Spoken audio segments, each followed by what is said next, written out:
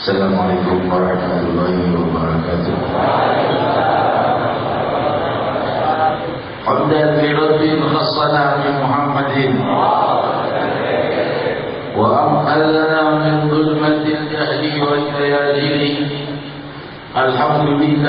الذي هدانا بعبده المختار من دعانا إليه بالإذن وقد نادانا لبيك يا من دلنا وحدانا صلى الله وسلم وبارك عليه وعلى آله. الحمد لله الذي جمعنا في هذا المحضر والحمد لله الذي جمعنا في هذه المناسبة وبهذا المجلس وفي هذه الليلة المباركة وفي هذا الشهر المبارك. Limpahan puji kehadiran Allah Subhanahu wa Ta'ala yang Maha Luhur, Maha Raja langit dan bumi, Maha melimpahkan anugerah sepanjang waktu dan zaman, limpahan anugerah yang fana dan anugerah yang abadi. Dia Allah sang pemilik segala apa yang kita miliki dan apa-apa yang belum kita miliki. Dialah Allah pemilik segala sesuatu, berpadu kepada namanya segala kejadian. Berawal dari keagungan nama Allah segala kehidupan, hingga semua yang ada di permukaan bumi dan di langit, di alam yang zahir dan di alam yang batin, di alam dunia dan di alam akhirat. Tiada sesuatu pun yang ada di alam-alam tersebut terkecuali berawal dari satu nama, Allah. Berawal dari nama inilah segala anugerah dan segala kenikmatan dunia dan kenikmatan akhirat. Sang pencipta tunggal yang maha menciptakan semua yang ada di alam semesta, maha menciptakan pemikiran agar pemikiran kelak bisa merangkai ciptaannya menjadi ciptaan-ciptaan yang baru dan bermanfaat bagi manusia. Dan tiada satupun makhluknya mampu mencipta sesuatu dari tiada kecuali Allah Subhanahu wa Ta'ala yang Maha Ada, yang Maha mampu menciptakan segala sesuatu dari tiada. Dia Allah Maha Ada sebelum segalanya ada, dan kesemuanya hakikatnya adalah fana dan sirna. Hinggalah Dia yang Maha Abadi selalu ada. Dan ketahuilah hadirin hadirat, Ya Allah itulah Maha setia kepada hamba-hambanya. Tidak ada yang lebih setia dari Allah. Semua hubungan tidak ada yang lebih dekat dari hubungan antara Allah dengan makhluknya. Karena Dia Allah menamakan dirinya Al-Qarib, yang maha dekat, berarti lebih dekat kepada semua yang dekat. Hadirin hadirat, sejauh-jauh manusia dari kasih sayang ilahi karena dosanya, akan dalam satu kejam bisa menjadi hamba yang paling dekat, karena Dialah yang menamakan dirinya yang maha dekat. Maka merugilah manusia yang melewati jutaan nafasnya sepanjang usianya lepas dari Sang Maha Dekat, dan dia selalu berpaling dari yang maha dekat kepadanya, yang menawarkan pengampunan, menawarkan anugerah, menawarkan surga, dan dia selalu berpaling mencari kejauhan dari Allah, mencari kemurkaan Allah, mencari kehinaan yang sesuatu yang hina di hadapan Allah. Inilah dia lewatkan kehidupannya sejak ia lahir dan dewasa. Dia lewatkan hari-harinya dengan hal-hal yang hina, sampai kapan dia akan membenahi dirinya. Sang Maha bersabar, terus bersabar, dan Dialah yang Maha bersabar melebihi segenap semua yang bersabar. Namun sampai kapan kita akan merugikan usia kita? Berapa detik? Yang satu detik kita bisa semakin dekat kasih sayang Allah kepada kita, pengampunan, pengangkatan derajat, dan cinta, keridhaan Allah Subhanahu wa Ta'ala, dan cinta. Jika Allah sudah ridha pada satu hamba, maka dia mencintai Allah.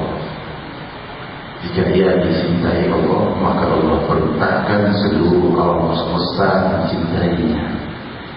Ya Allah Adam nada Jibril, ya ahla sama' inna Allah qad ahabba fulan fa'ihu. Demikian riwayat Sahih Bukhari. Jika Allah sudah mencintainya, maka Jibril berkata, wahai penduduk angkasa raya, didengar oleh seluruh makhluk kecuali jin dan manusia. Ketahuilah Allah sudah mencintai bulan itu, maka cintailah dia. Diumumkan oleh Allah kepada angkasa raya seluruh kerajaannya, inilah hamba yang kucintai. Apabila Allah murka kepada seorang hambanya, maka Allah berkata kepada Jibril, wahai Jibril, aku telah murka kepada bulan. Maka Jibril berkata, ya ahla sama, inna Allah qad abghadha fulan fa'abghidhu. Wahai penduduk angkasa raya, kerajaan milik Allah Subhanahu wa taala, Allah telah murka kepada bulan, maka murkalah kepadanya. Langit dan bumi melaknatnya. Beruntung orang-orang yang kembali kepada kasih sayang Allah Ta'ala. Semoga Allah jadikan aku dan kalian hamba yang mencintai Allah. Pastikan seluruh nama ini orang yang kau cintai dalam dunia dan akhirat. Seraya berfirman di dalam hadis qudsi, ya ibadi inni haramtu dzulma 'ala nafsi waja'altu bainakum muharraman fala tadhalamu. Wahai hamba-hambaku, kujadikan perbuatan jahat haram bagi diriku, kata Allah. Lalu kuharamkan pula untuk kalian. Aku mengharamkannya pada zatku, kata Allah, pada diriku. Lalu aku melarang kalian pula berbuat kejahatan. Fala tadhalamu, maka janganlah kalian saling berbuat jahat. Hindari segala perbuatan jahat kepada makhluk lain, pada manusia, pada hewan, pada tumbuhan. Hindari segala perbuatan jahat, karena engkau akan dicintai Allah Subhanahu wa taala yang sudah mengharamkan dirinya lebih dahulu berbuat jahat. Tinggal diri kita, pantaskah jika Sang Pencipta yang Maha Lembut mengharamkan dirinya dari berbuat jahat, sedangkan kita seorang hamba yang selalu butuh kepada Allah, yang lahir dari rahmatnya Allah, hidup di muka bumi dan akan pisah dengan segala sesuatu. Pantaskah kita masih juga belum mencerai perbuatan jahat? Hadirin hadirat, semoga bulan kalian dijauhkan Allah dari segala perbuatan jahat. Bimbing dan diberi kekuatan untuk terus terhindar dari melakukan hal yang jahat. Langkah indahnya sebuah Allah, janganlah kalian saling berbuat jahat dan zalim. Lalu kita memahami perbuatan jahat itu jika tidak mendapatkan hidayah dari Allah akan sulit dihindari. Maka Allah mengetahui itu dan meneruskan firman-Nya, ya ibadi kullukum dhalun illa man hadaituhu fastahduni ahdikum. Hamba-hambaku kalian semua tidak tahu dan dalam kesesatan dan dalam ketidakpahaman dan dalam kejahilan, kejahatan dan kegelapan. Dhalun illa man hadaituhu, kecuali yang kuberi petunjuk. Kalian tidak bisa melihat kecuali yang kuberi mata. Kalian tidak bisa berpikir kecuali yang kuberikan pemikiran.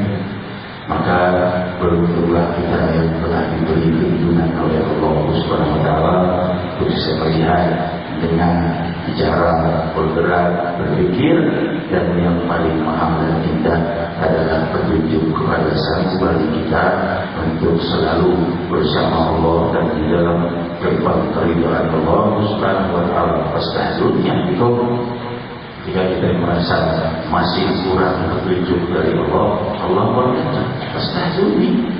Mintalah petunjuk kepada aku, akan memberi kalian petunjuk. Tunjuk mudahan membuka jalan kehidupan kalian untuk mencapai kesempurnaan hidup dunia dan akhirat.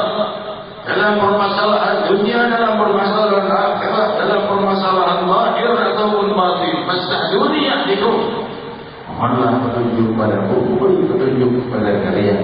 Hadirin hadirat, di sini Allah mengundang sanubari kita untuk selalu berdoa kepada Allah, memohon petunjuk, yang dengan itu Allah membimbing hari-hari kita agar selalu dalam petunjuk. Bila kita terjebak ke dalam dosa, Allah yang memunculkan keinginan di hati kita untuk kembali bertaubat dan memperbaiki keadaan kita. Inilah yang disebut petunjuk. Dan Allah Maha mengatur kejadian itu.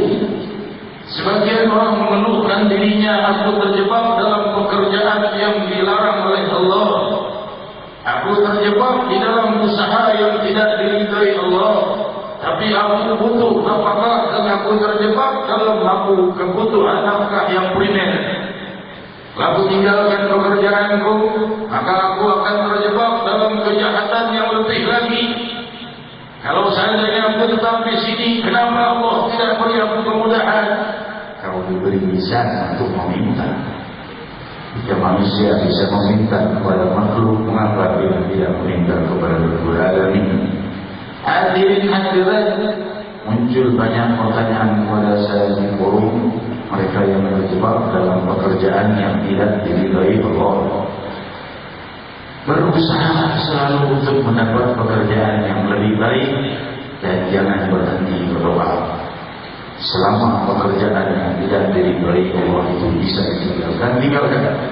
Jadi kalau akan membawa efek buruk yang lebih buruk lagi, maka ini yang harus seperti ini pertahankan, jangan sampai jatuh kepada hal yang lebih buruk lagi. Saya mencari pekerjaan yang lain sambil terus menjalankan ini, jangan sampai jatuh kepada yang lebih buruk lagi.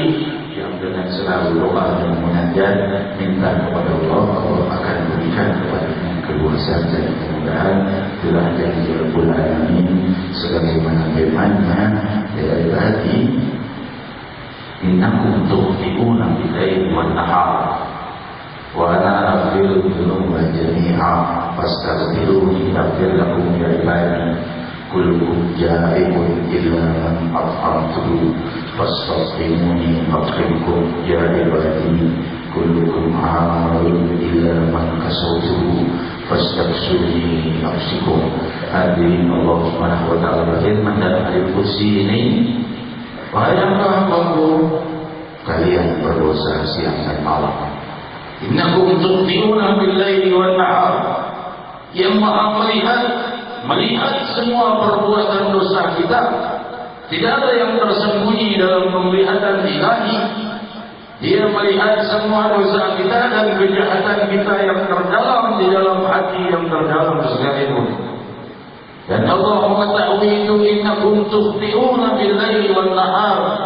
Kalian berbuat dosa siang dan malam. Wa ana aghfiru dzunuba jami'a. Dan akulah Sang Pengampun segala dosa. Fastaghfiruni aghfir lakum. Beristighfar, mohon pengampunan dosa padaku, ku ampuni dosa kalian. Dan ada yang lebih indah darinya. Sudah tahu kita berbuat salah siang dan malam, ditawarkan pengampunan.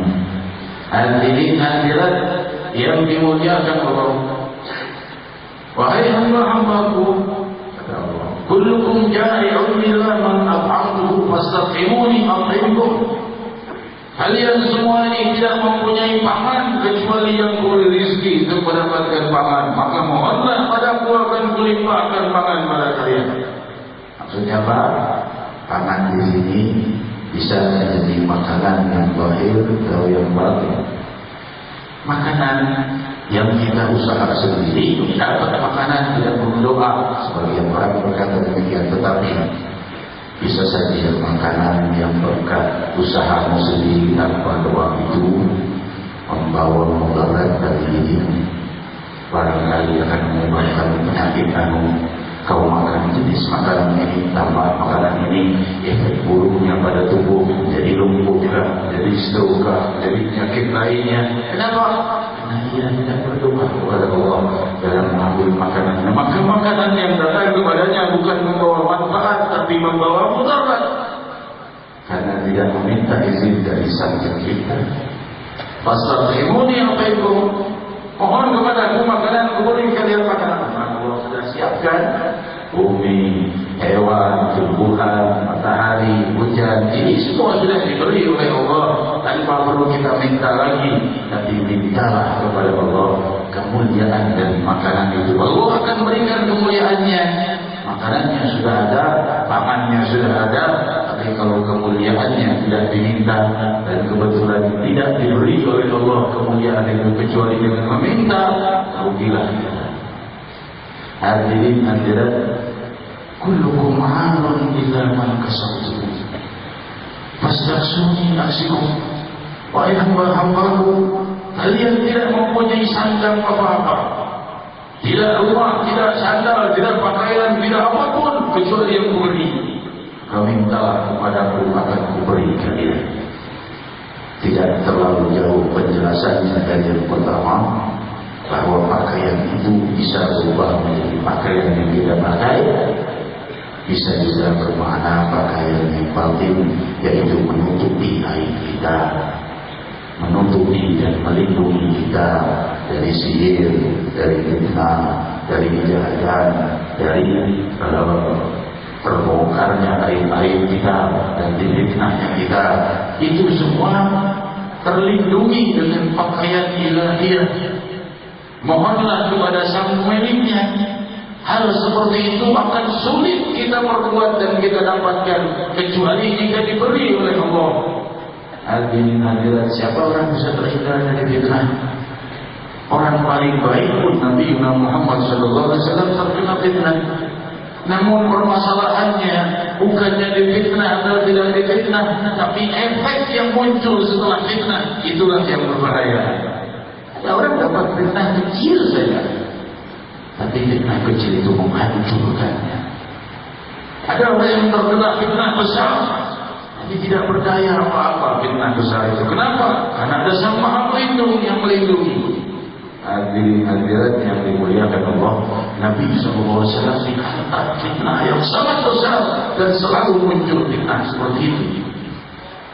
Beliau mempunyai putri tercinta Sayyidatina Fatimah Az-Zahra radhiyallahu anha wa ardhaha, sehingga dikatakan kepada beliau fitnah untuk beliau itu bahwa beliau itu abtar, tidak punya anak lelaki, putus keturunannya karena anaknya cuma anak perempuan. Keji sekali ucapan itu.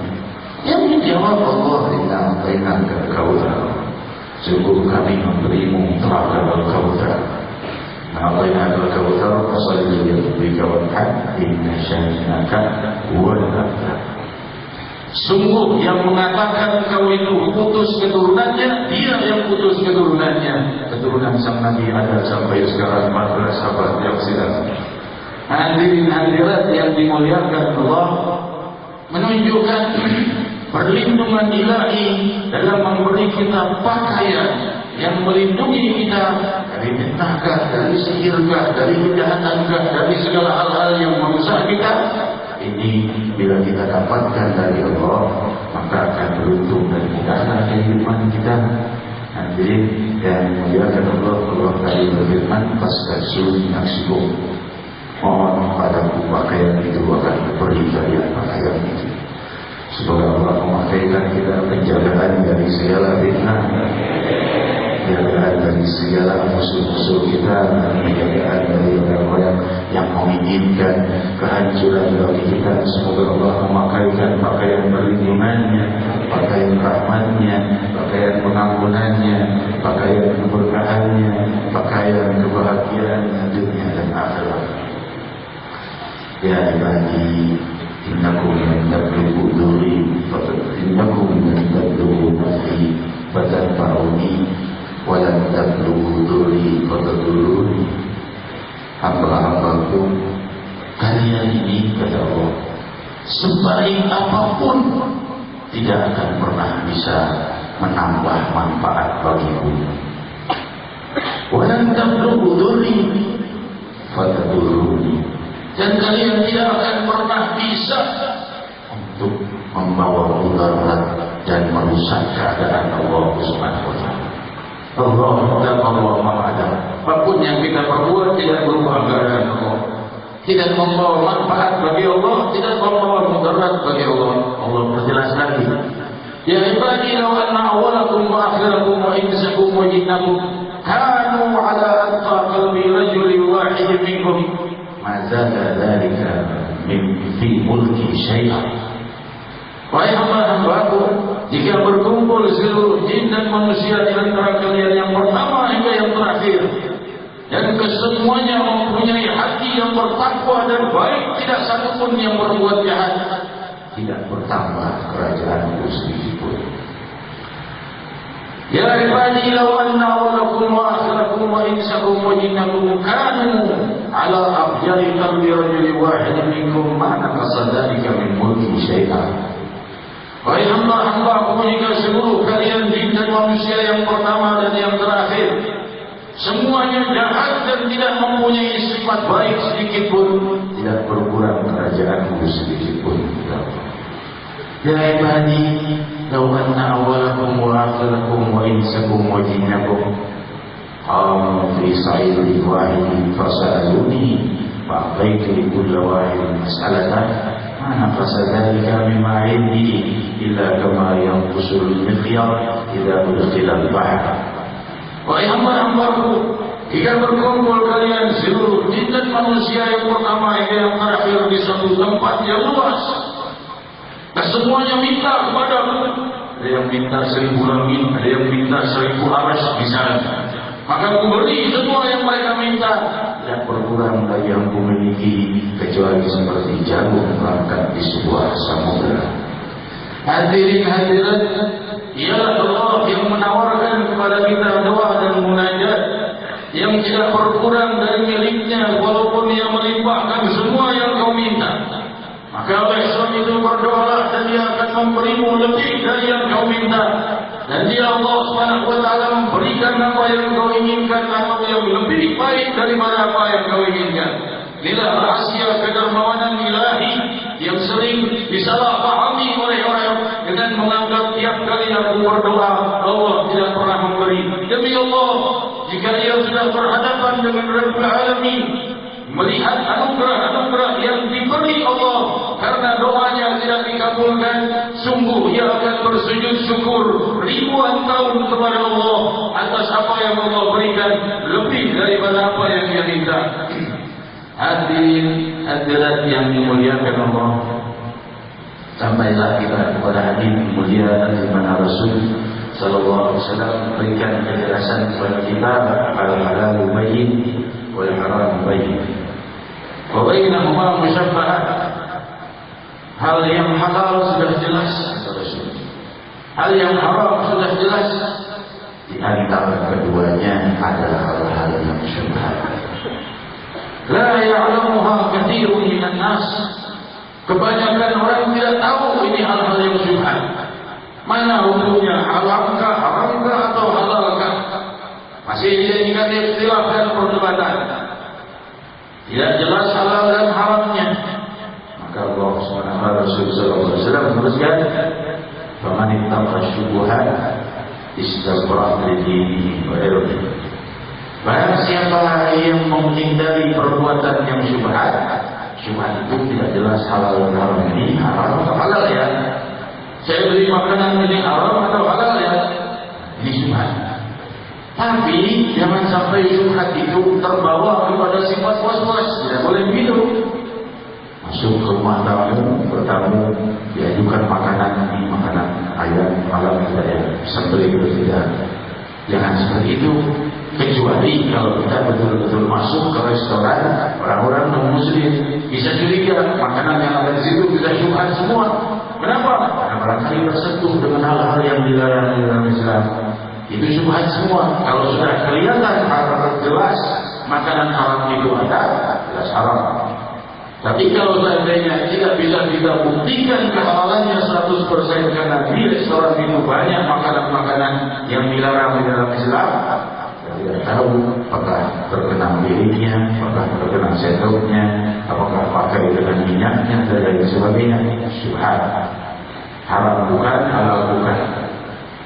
Faman ittaqa syubhat istabra li dinihi wa irdihi. Barang siapa yang menghindari hal-hal yang syubhat ini, dia telah menyucikan dirinya daripada untuk agamanya, dan untuk dirinya ia sudah mensucikan dirinya dan mensucikan harga dirinya di hadapan Allah. Wa man waqa'a bisyubhat yusiku ayyubi'ahu. Barang siapa yang jatuh kepada hal-hal yang syubhat, maka makanan, maka minuman karra'i haulal himam, sebagaimana menggembala dekat dengan batas larangan. Kenapa menggembala di tempat batas larangan? Cari tempat-tempat yang jauh dari batas larangan. Yang maksud sama Nabi, karra'i haulal himam, bukan dirinya, tapi gembalaannya ini bisa melewati batas larangan dan ia akan terkena hukuman.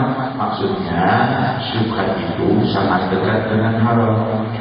Kenapa tidak di posisi yang halal saja, jangan masuk ke tempat yang dekat dengan batas larangan? Karra'i haulal himam yushiku ayyuhu, seperti menggembala yang menggembala di dekat batas larangan. Bisa saja dia jatuh, terkena, terinjak, tertahan larangan dan terkena hukuman. Ala wa inna likulli malikin himam.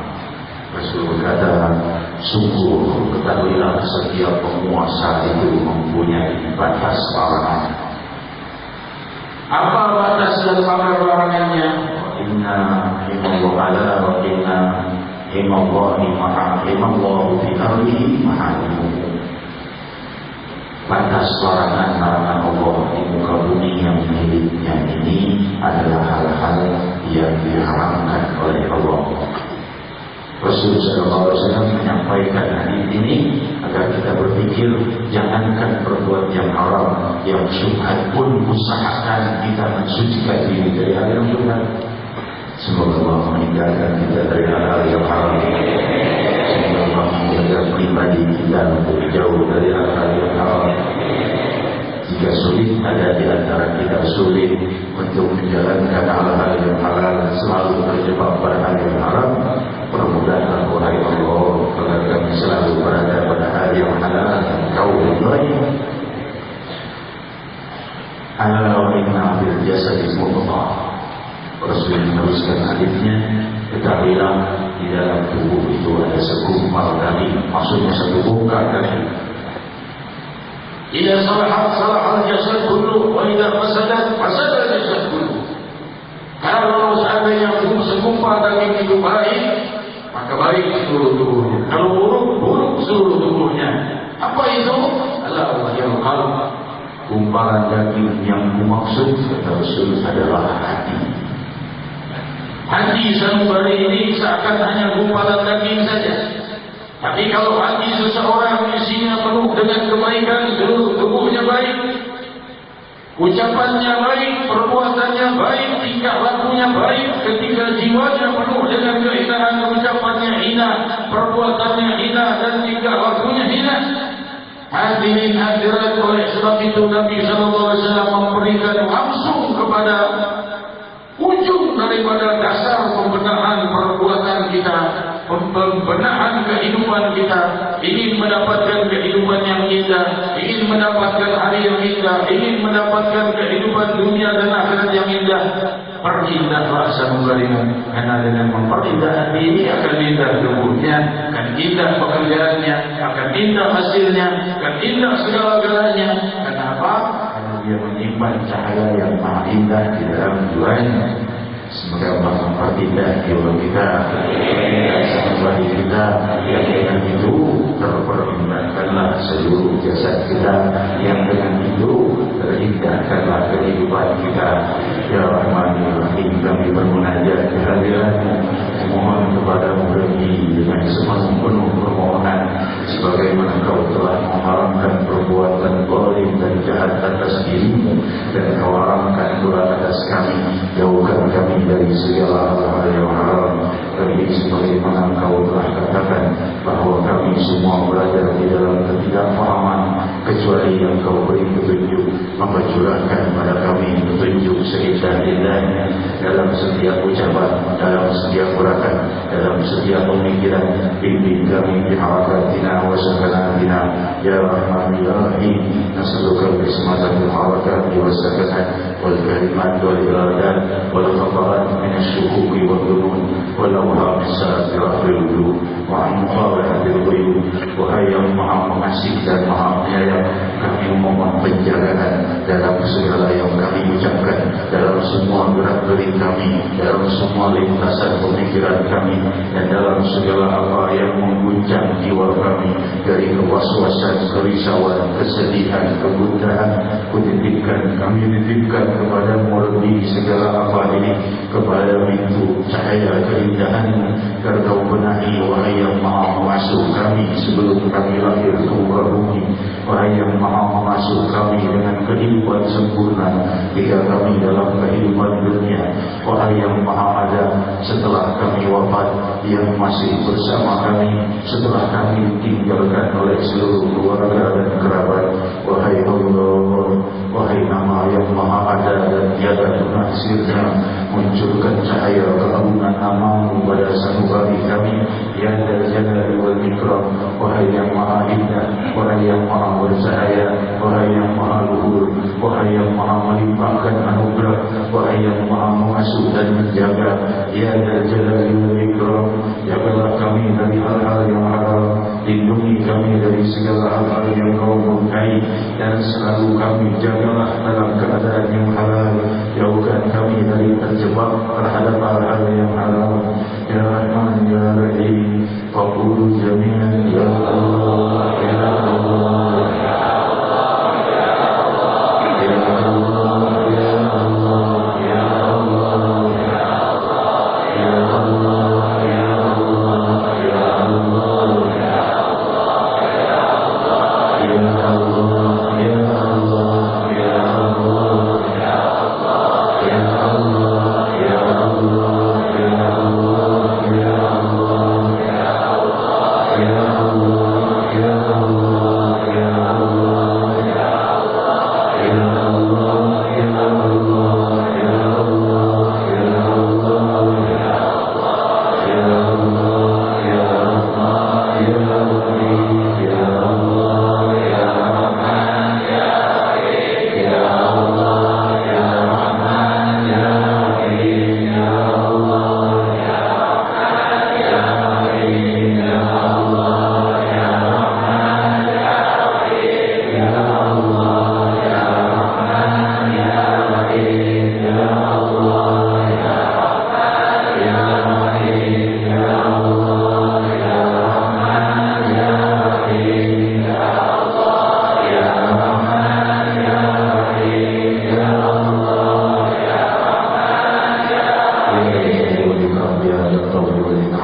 Kita juga berdoa semoga Allah Subhanahu wa taala untuk saudara-saudara kita yang terjebak dalam narkotika, saudara-saudara kita yang terjebak dalam perzinahan, dalam perjudian, dalam segala kemungkaran dan kerusakan akidah, limpahi mereka dengan hidayah, munculkan barisan bagi mereka cahaya taubat. Ya Rahman ya Rahim, perintah hari-hari mereka dengan doa dan munajat, ya Jalali wal Ikram. Dan kita doakan para tamu kita semoga diberi rahmat dan keberkahan. Saudari kita yang baru saja memeluk Islam dan menjadi saudari kita malam hari ini, dan semoga diberi rahmat dan keberkahan. Kita semua yang hadir, kita lanjutkan acara ini dengan doa bersama, mendoakan seluruh muslimin sebagaimana sabda Nabi Muhammad SAW, pada siapa yang mendoakan seorang saudara muslimnya, malaikat berkata amin, walakal mithlu, amin, dan untukmu sebagaimana doa untuk saudara. Kita mendoakan seluruh muslimin, berapa jumlah muslimin di muka bumi, kembali keberkahannya kepada kita pula. Dan juga kita berdoa kepada Allah agar Allah Subhanahu wa taala memberikan pemimpin yang terbaik bagi bangsa muslimin terbesar di muka bumi, pemimpin yang membawa kedamaian, pemimpin yang membawa kemenangan, yang membawa kemakmuran, menindas kezaliman dan menolong yang lemah. Amin Allahumma amin. Fadhal Rasulullah. Ya Allah.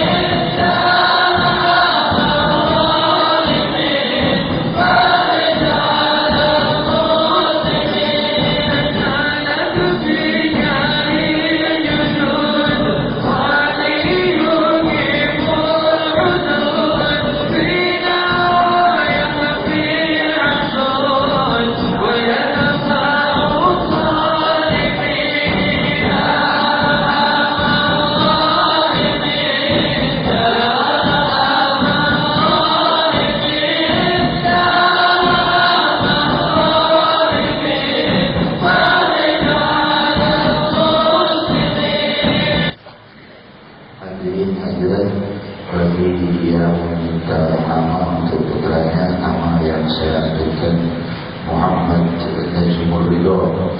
Muhammad Najmul Ridha artinya Muhammad bintang keridhaan Allah Subhanahu wa taala. Semoga putra ini membawa keberkahan dalam kehidupannya, diberi keberkahan dan menjadi kebanggaan hidayah dunia dan akhirat. Dan bagi jemaah yang meminta nama untuk majelis taklimnya, nama yang saya berikan Nurul Madinah, majelis taklim Nurul Madinah, yaitu cahaya Madinatul Munawwarah Sayyidina Muhammad SAW. Dan kita dimohonkan semoga majelis taklim ini membawa keberkahan dan menjadikan baik Rasulullah Sallallahu Alaihi Wasallam di dalam dakwah sang Nabi Sallallahu Alaihi Wasallam. Dan juga kita doakan hati kita Muhammad Raihan Ahmadi bin Muhammad Irfan yang baru saja dihidupkan hari minggu yang lalu sudah dilimpahi keberkahan oleh Allah Subhanahu wa taala. Kita teruskan dengan doa penutup. Dan sebelumnya saya sampaikan bahwa majelis kita malam Sabtu yang akan datang bagi akbar majelis Rasulullah SAW di Masjid Islamic Center beserta Wikir Akbar Jalalah malam Sabtu, Jumat malam Sabtu. Malam Ahad tidak ada majelis karena saya majelis di Singapura. Demikian hadirin, doa untuk kita mintakan kepada guru kita Fadilatul Sayyid dan Habib Dr. bin Muhammad Rabi Abbas yang berkata masyhur. قال رسول الله صلى الله عليه وسلم أفضل ما قلت أنا والنبيون من قبلي